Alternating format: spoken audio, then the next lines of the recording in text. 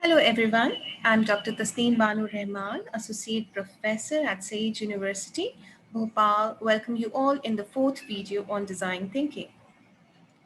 So let's get started and take a look at today's content. In this class, we'll understand what is empathy, what is the part that empathy plays in design thinking, what are empathic listening, and the qualities of empathic listening. Before we understand in details about empathy, let's first understand the difference between sympathy and empathy. So here you can see a picture. You might be in a position to understand a little bit about it, but let me get into details. So sympathy involves feelings of compassion, sorrow, sadness, or pity for any other person who are facing difficult circumstances. It is an emotion experienced in reaction to something that happens to other people. When you feel sorry for someone, you have sympathy for that person. When someone loses a loved one, it is common to feel sympathy towards that person and their family. So you can say condolence messages, they are often used to express sympathy. Whereas empathy is stronger than sympathy. It goes beyond feeling compassion for their loss. It is the ability to put yourself in the place of another and understand someone else's feeling by identifying with them. With empathy, you put yourself in another's shoe and view the situation through their eyes to get a real sense of what their experience is like. Rather than just feeling bad for the other person, showing empathy involves sharing their feelings. So now I hope you are very much clear about these two words. Now, next is what is empathy? Let's understand it in details as it's one of the important stages in design thinking. Empathy is our ability to see the world through other people's eye, to see what they see, feel what they feel, and experience things as they do. Of course, none of us can fully experience things the way someone else does, but we can attempt to get as close as possible. And we do this by putting aside our own preconceived ideas and choosing to understand the ideas, thoughts, and needs of others instead. Designers need to build empathy for their users in order to take the right course of action. In building empathy, designers can create products which truly please the user and make their lives easier. Without this empathy, the design process lacks that all important user centric, which often marks the distinction between product success and the failure. We know that empathy is crucial, so where does it fit into the design thinking process? When it comes to design thinking, or you can say human centered design, it's time to stop guessing and start gathering real insights about the user. So, the five stages of design thinking are as follow. Empathize is to learn about the audience for whom you are designing. Define is to construct a point of view that is based on user needs and insights. Ideate is to brainstorm and come up with creative solutions. Prototype is building a representation of one or more of your ideas to show to others. And finally, test is all about testing your ideas for feedback.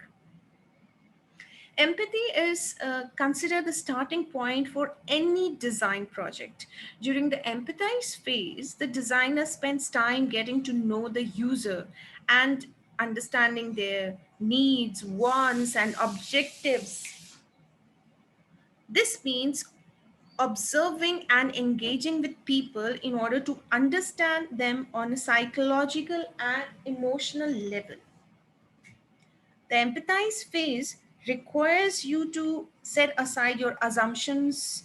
It's human nature to assume that others will think and feel the same as you in particular situation, but of course this isn't always the case.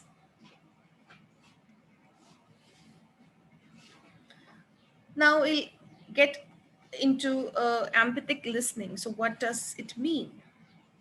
Being a close and caring listener can be as vital in the workplace as it is in your personal life. Validating others' viewpoint and expressing your compassion is an important way of communicating for building and maintaining strong working relationship.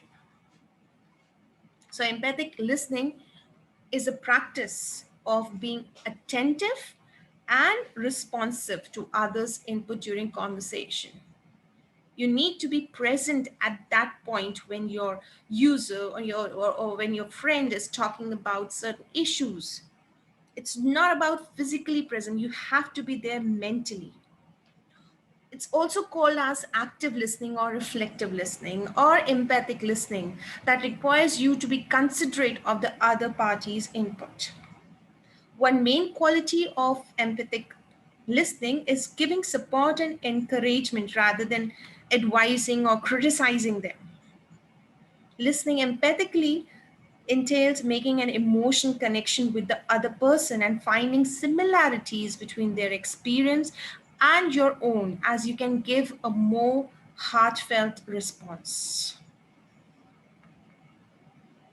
Now, next we'll talk about what are the qualities that should be present when you are going for an, having a conversation, being an empathic listener. So these are few qualities that need to be possessed within the empathic listeners. The first one is presence. More than just be physically in the same space with the speaker, presence entails being focused closely on the conversation. To be present, it is important to minimize external distraction and refrain from planning your response while the other person is talking. So the important thing is while having a conversation, you should be mentally, physically present there. It's not like you're just opening your mobile and watching it and sending a message. No, that's completely wrong. The second point is compassion. The main component to being an empathic listener is identifying with the other person's emotional experience. Even if you haven't experienced the same situation as the speaker, you can try to find similarities anyways.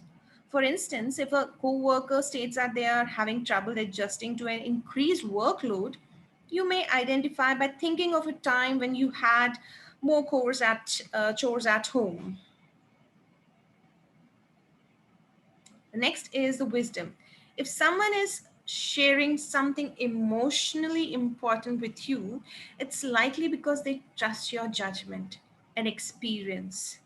Wisdom includes both understanding the speaker's input and examining the circumstances around the people to better grasp all the factors involved. For example, if one of your colleagues is having a conflict with another person in the department, you can acknowledge one person's stress while also considering that the other party has their own challenges and is likely not trying to be offensive. The next is the non judgment.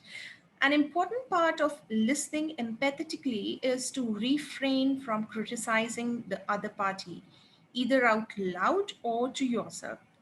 You may find that you disagree with something the speaker has said, but consider they have their own reasons for acting how they did.